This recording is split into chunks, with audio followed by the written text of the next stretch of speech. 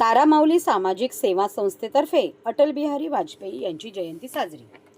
तारामाऊली सामाजिक सेवा संस्था आयोजित आणि माजी नगरसेवक भरत चव्हाण यांच्या मार्गदर्शनाखाली होणाऱ्या सहस्त्रचंडी हवनात्मक नवकुंडीय महायज्ञाचा 7व्या दिवशी सकाळी विशेष कार्यक्रम घेण्यात आला।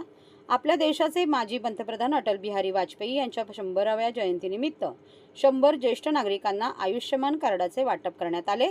तसेच लहान मुलांच्या हस्ते केक कापून अटल बिहारी वाजपेयी यांचा वाढदिवस साजरा करण्यात आला। त्यानंतर लहान मुलांना खाऊचे वाटप करण्यात आले।